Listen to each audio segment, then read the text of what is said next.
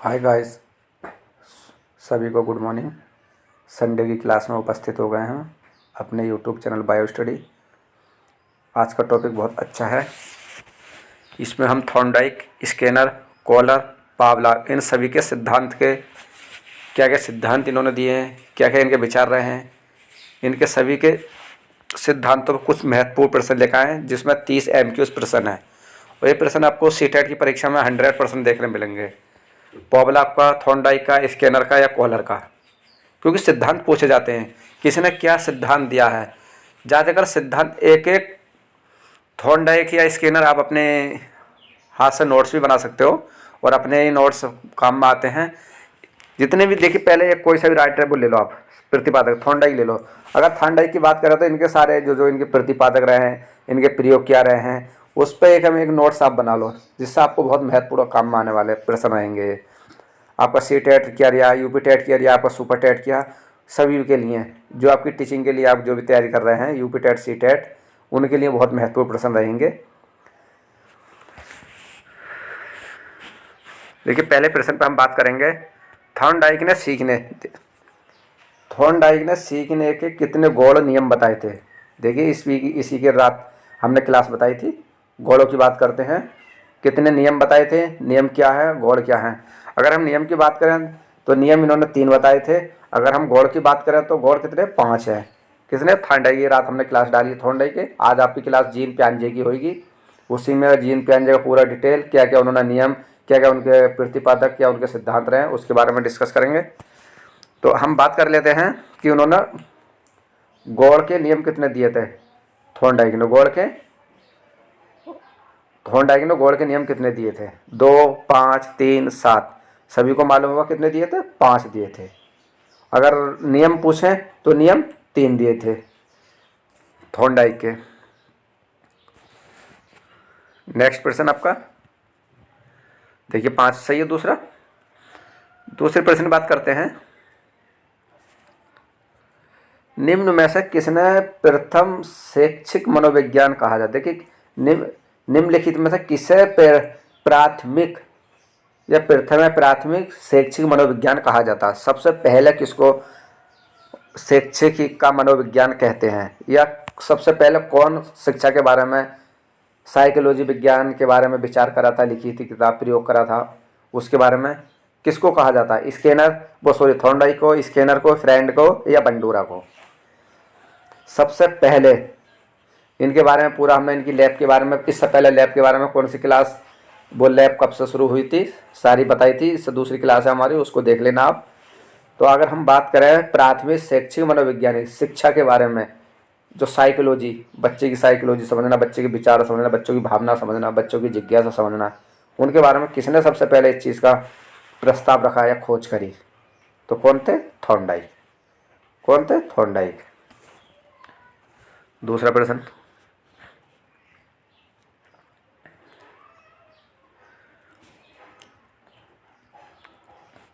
Scanner ने किस मनोविज्ञान के सिद्धांत को आदिगम का सर्वश्रेष्ठ सिद्धांत बताया था। देखिए, स्केनर ने किस मनोविज्ञान के सिद्धांत को आदिगम का सर्वश्रेष्ठ सिद्धांत बताया था।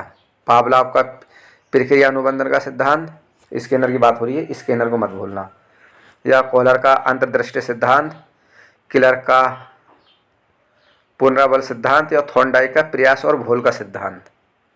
प्रश्न आपका तीसरा, तो किसको, किलर हॉल व पुनराबल सिद्धांत, किलर के सिद्धांत को इन्होंने सर्वश्रेष्ठ बताया था, किसने, स्केनर ने। तो हम सी प्रश्न हमको सही, इसको हम लॉक कर देंगे। किलर का हाल का प्रबल सिद्धांत, तीसरे का सी सही है। देखो, चौथे प्रश्न की बात कर लेते हैं। बहुत महत्वपूर्ण प्रश्न है ये प्रश्न, 100% आपको एक ने 2 या 3, 5 प्रश्न गारंटी, 2-3 प्रश्न आपको देखने मिलेंगे सीटेट की परीक्षा में। आत्मीकरण का नियम किसके द्वारा प्रस्तुत किया गया है। आत्मीकरण का नियम सिगमंड, बंडूरा, थॉर्नडाइक या हॉल के। सिगमंड, बंडूरा, थॉर्नडाइक या हॉल। चौथे प्रश्न में बात चल रही है, आत्मीकरण का सिद्धांत या किसने दिया था, थॉर्नडाइक ने। तो इसका सी ऑप्शन ठीक है, थॉर्नडाइक ने।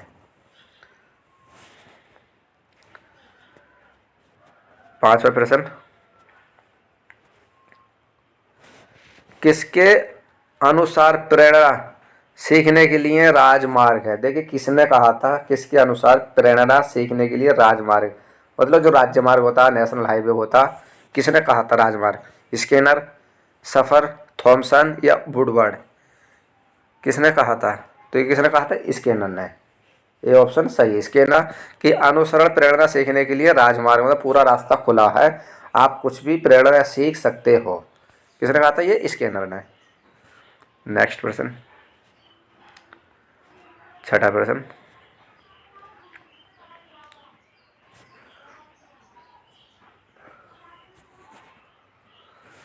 जब अध्यापक एक छात्र को सफलता का एहसास कराता है तो वह उपयोग करा रहा होता है तत्परता का नियम, अभ्यास का नियम, प्रभाव का नियम या मानसिक तत्परता का नियम? तत्परता का नियम क्या होता है और अभ्यास का मतलब बार बार या प्रभाव का नियम? तो क्या करा रहा होगा? तत्परता का नियम तो इसमें नहीं होगा, अभ्यास का नियम नहीं हो सकता, इन सी में और डी में मानसिकता। तो छठे का कौन सा प्रश्न सही होगा? छठे का आपको सी सही है, प्रभाव का नियम। सी ऑप्शन ठीक है, क्योंकि जब एक अध्यापक छात्र को सफलता का एहसास कराता है तो वह उपयोग करा रहा है क्या? प्रभाव का नियम। 7वें प्रश्न की बात कर लेते हैं, सीखने के नियम किसने दिए? देखिए सीखने के नियम किसने दिए? पॉवलाव, स्किनर, थॉर्नडाइक या कोहलर? सीखने के नियम किसने दिए हैं? तो किसने दिए सीखने के नियम? थॉर्नडाइक ने, क्योंकि इन्होंने 3 नियम दिए थे और 5 गोल्ड के नियम दिए थे थॉर्नडाइक ने। ये रात हमने वीडियो डाली, इस पर देख लेना आप। 8वां प्रश्न, सीखने का प्राथमिक मूलभूत नियम संबंधित है। देखिए सीखने का प्राथमिक मूलभूत नियम संबंधित है, सीखने का प्राथमिक मूलभूत संबंध नियम है अभ्यास कार्य से, परिणाम की परीक्षा से, प्रशंसा से या तात्पर्य से, तत्परता से? कौन सा सही है इसमें? देखिए सीखने का प्राथमिक मूलभूत का नियम है तत्परता से, मतलब डी ऑप्शन सही इसमें, प्रशंसा से नहीं हो सकता, तत्परता से। जी सही है। 9वां प्रश्न की बात कर लेते हैं,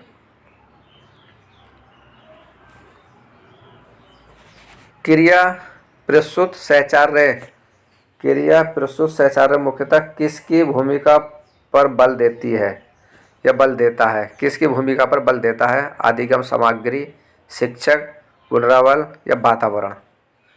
किस पर बल देता है? देखिए क्रिया प्रस्तुत सहचार्य मुख्यतः पुनराबल, सी ऑप्शन सही है इसमें, पुनराबल पर।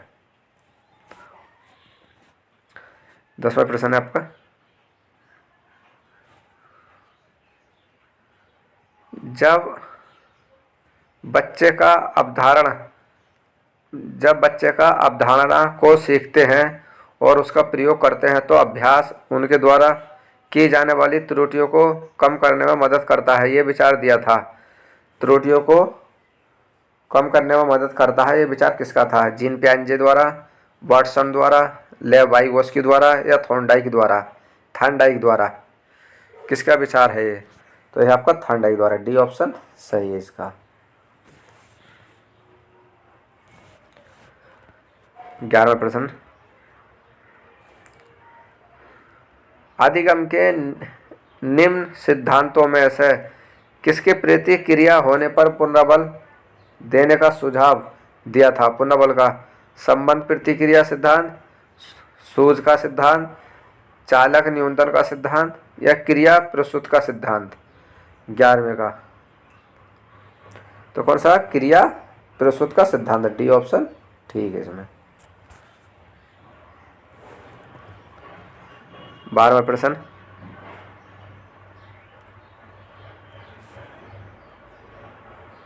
क्रिया प्रस्तुत अनुबंध सिद्धांत का शिक्षकों के लिए निम्न में से निहितार्थ है।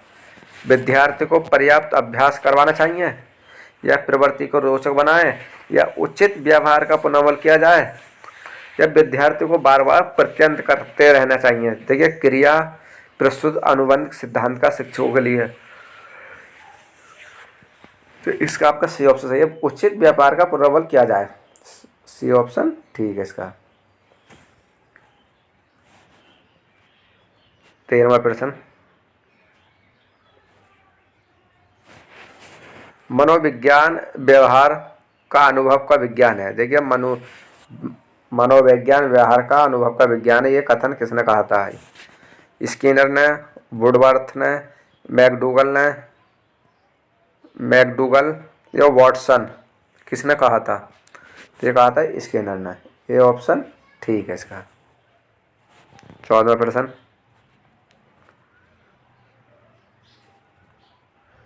स्किनर ने किस प्रकार के अनुबंध पर बल दिया था? Types S, types R, types S R या कोई भी नहीं?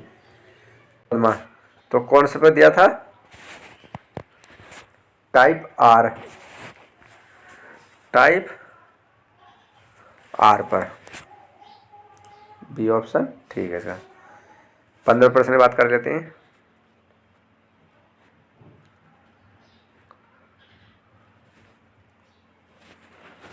निम्न में से कौन सा क्रिया प्रस्तुत व्यवहार नहीं है?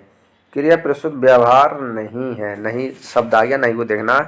कांटे लगने पर पैर हटाना, हाथ पैर का चलना, भोजन करना, खड़े होकर इधर उधर चहल कदमी करना।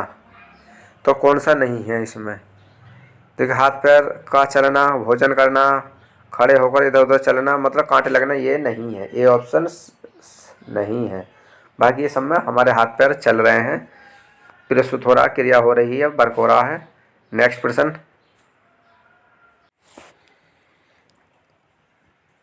नेक्स्ट प्रश्न आपका,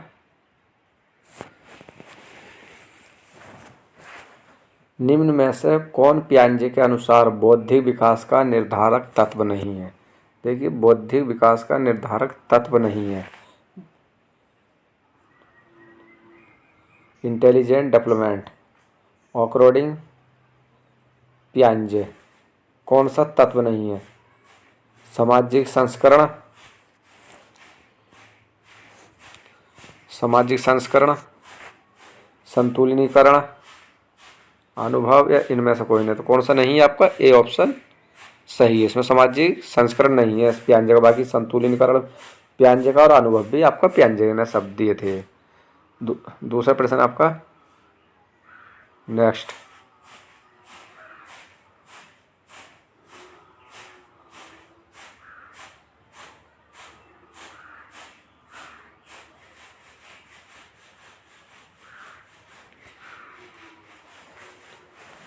पियाजे के अनुसार अनुकूलन से सम्मिलित क्रियाएं क्या है? पियाजे के अनुसार अनुकूलित सम्मिलित क्रियाएं क्या है? According of the action involve operation क्या है?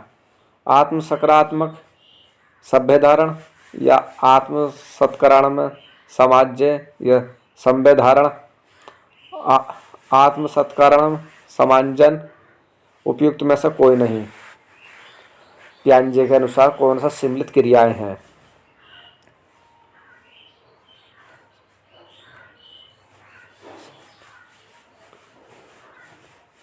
तो कौन सा सही है इसमें? दूसरे का आपका बी ऑप्शन सही है।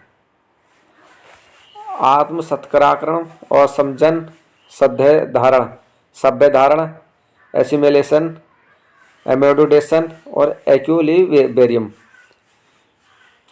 क्योंकि ये मिलाने के लिए भी आ सकता है आपको पियाजे के अनुसार। तो आपके इसमें आत्म सत्कराकरण, समांजन और सभ्य धारण, इसको सही से आपको ये शब्द पहचानने हैं, ना कि आपका ये है इसमें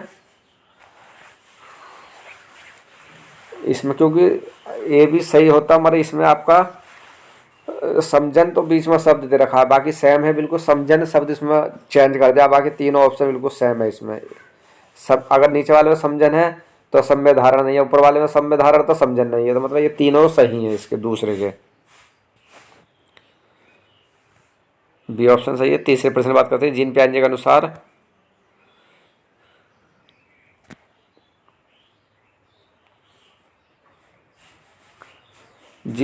के अनुसार यद्यपि कोई चीज़ दिखाई नहीं दे रही है फिर भी वह अस्तित्व में है, जीन पे कहते हैं कि अगर कोई चीज़ यदि कोई दिखाई नहीं दे रही है फिर भी वह अस्तित्व में है, अवस्था कहलाती है। क्या अवस्था कहलाती है, उसको हम क्या कहेंगे? संवेदी गामक या पूर्व सक्रियात्मक, क्या कहेंगे इन दोनों में? मतलब दिखाई दे रही है फिर भी वो संज्ञान में नहीं है, उसको हम क्या कहेंगे जीन पियाजे के अनुसार? तो हम इस सेंसर मोटर, मतलब ए ऑप्शन सही है, इसको हम संवेदी गमक कहेंगे। ए ऑप्शन सही है इसका, तीसरे का। चौथे प्रश्न बात कर लेते हैं जीन पियाजे से। पियाजे के अनुसार एक 8 वर्ष का बालक कर सकता है। जीन पियाजे के अनुसार एक 8 वर्ष का बालक कर सकता है संरक्षण समस्या सीखना, अमूर्त नियम निर्मित कर समस्या हल करना, समस्या पर परिकल्पना पर रूप से सोचना, या उच्च स्तरीय समस्या हल करना। क्या कर सकता है चौथे प्रश्न का?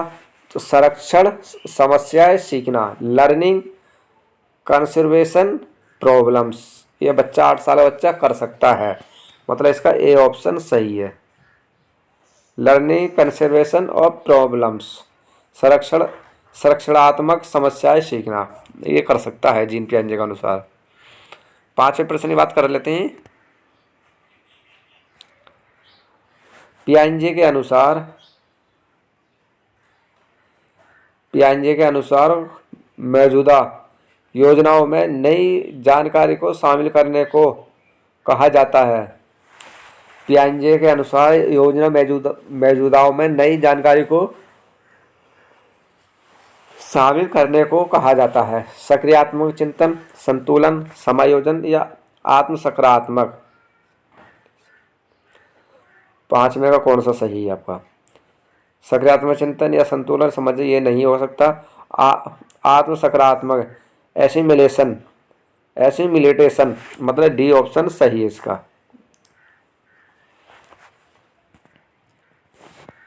छठे प्रश्न की बात कर लेते हैं। देखो डी ऑप्शन सही है छठे का। पियाजे के संज्ञानात्मक विकास के सिद्धांत के अनुसार स्वयं वह पर्यावरण के बीच संतुलन की खोज की क्रिया क्या कहलाती है? पियाजे के संज्ञानात्मक विकास के सिद्धांत के अनुसार स्वयं पर्यावरण के बीच संतुलन की खोज क्रिया क्या कहलाती है?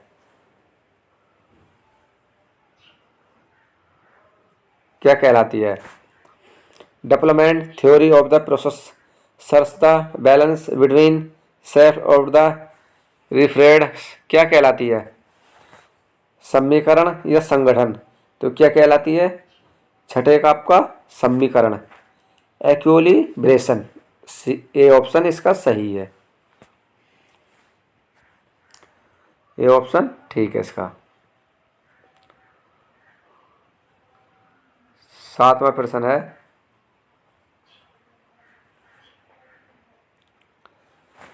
जब कोई छोटी बच्ची ऊंट को पहली बार देखती है तो वह उसे ऊंची पीठ वाला घोड़ा कहती है। पियाजे के सिद्धांत में यह किसका उदाहरण है? संरक्षण, केंद्रीकरण, जीववाद या समावेशन, कंजर्वेशन, सेंट्रेशन, एनिमिज्म या एसिमिलेशन, क्या कहेंगे इसको? तो साथ में का आपका एसिमिलेशन, समावेशन, इसको कहते हैं समावेशन। साथ में का आपका डी ऑप्शन ठीक है, समावेशन, एसिमिलेशन। आठवां प्रश्न, जीन पियाजे के संज्ञानात्मक विकास के अनुसार बच्चे संरक्षण किस अवस्था में कर पाते हैं? देखिए जीन पियाजे के अनुसार संज्ञानात्मक विकास के अनुसार बच्चे संरक्षण किस अवस्था में कर पाते हैं? संवेदी पेश अवस्था, पूर्व सक्रियात्मक अवस्था, मूर्त सक्रियात्मक अवस्था या अमूर्त सक्रियात्मक। तो इसको हम क्या कहेंगे? मूर्त सक्रियात्मक अवस्था। कंस्ट्रक्शन, ऑपरेशन व स्टेज, सी ऑप्शन इसका ठीक है। नंबर प्रश्न की बात करते हैं।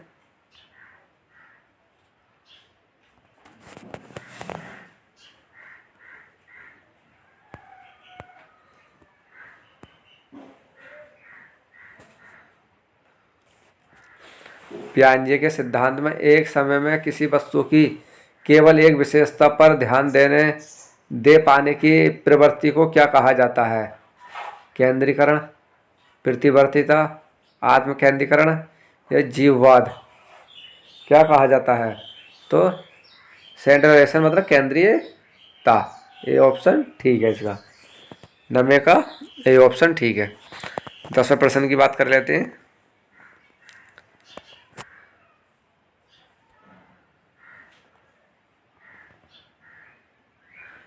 वाइगोत्स्की के अनुसार एक बच्चा जिन कार्यों को अपने से दक्ष व्यक्ति की सहायता से पूरा कर सकता है उसकी ऊपरी सीमा क्या कहलाती है? स्वाभाविक विकास का स्तर,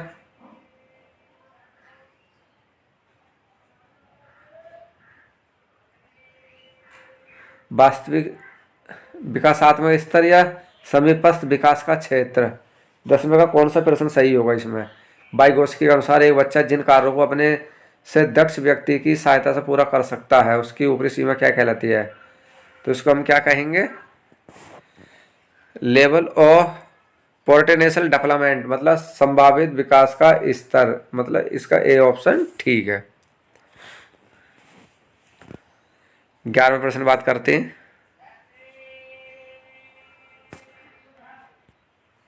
वाइगोत्स्की के अनुसार वह कार्य कृत जो बालक अकेले के लिए अत्यधिक कठिन है परंतु किसी भी प्रौढ़ और अधिक कुशल साथी की सहायता से करना संभव हो सकता है। तो क्या हो सकता है? निर्देशित सहभागिता, इसके फोल्डिंग, आसन विकास क्षेत्र या अन्य व्यक्तिनिष्ठता। 11वें का तो क्या हो सकता है इसमें? वाइगोत्स्की के अनुसार कार्य कृत को बालक अकेले में अत्यधिक कठिन है तो आसन विकास क्षेत्र कहेंगे इसको हम, zone of proximal development. C option इसका ठीक है। 12वें प्रश्न देखते हैं।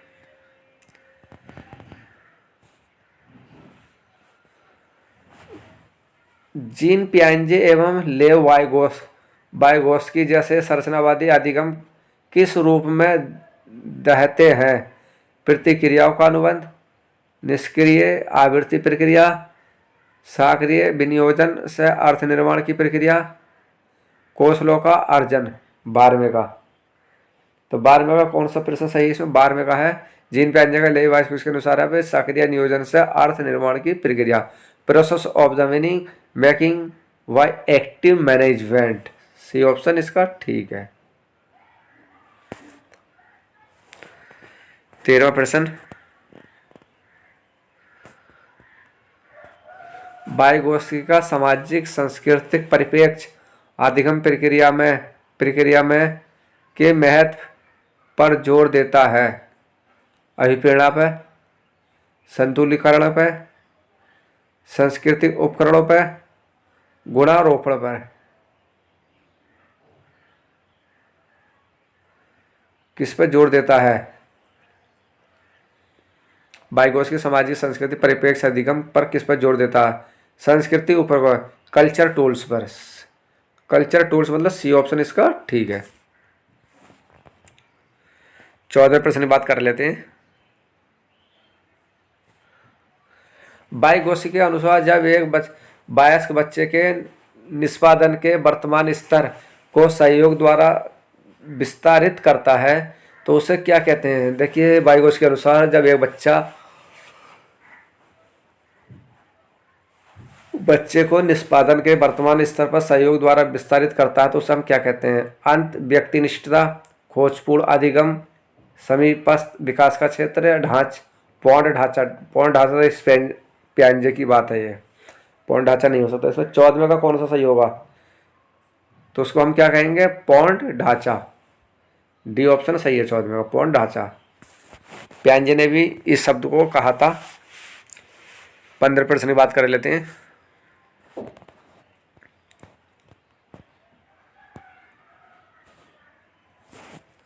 वाइगोत्स्की के अनुसार बाहरी भौतिक वस्तुओं को क्रियाओं के आंतरिक प्रतिनिधित्व के निर्माण की क्रिया क्या है?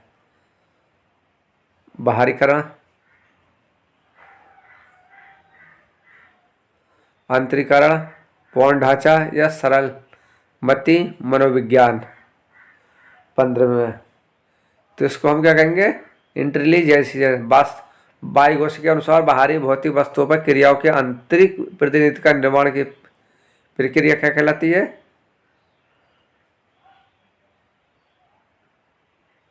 तो आत्मीकरण। 15 में आपको बी ऑप्शन ठीक है। ये रहे आपके 30 प्रश्न, बहुत महत्वपूर्ण रहेंगे। और जिसमें हमने थोंडाई, स्कैनर, कॉलर, पावला, और इसमें हमें बाइगोस्की और हमने जीन प्याइंजे, इस पर भी 2 और राइटर ले लिए हैं हमने। 6-7 राइटरों पर बहुत मिक्स और बहुत बहुत महत्वपूर्ण प्रश्न कराए हैं, और कई कई बार ये परीक्षा में पूछे गए हैं। इस प्रश्नों को कई बार रिपीट कर लेना। ये 5-6 प्रश्न आपको पक्का 100% आपको देखने मिलेंगे पेपर में। इसके बाद में आपकी क्लास ईवीएस पर रहेगी। बहुत महत्वपूर्ण प्रश्न है ईवीएस के, अच्छे प्रश्न लेकर आ रहे हैं हम ईवीएस के। 20 तारीख से हम डेली आपको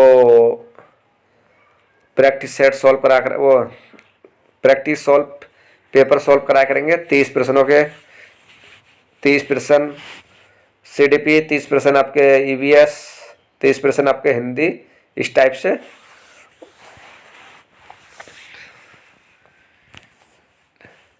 ठीक है दोस्तों।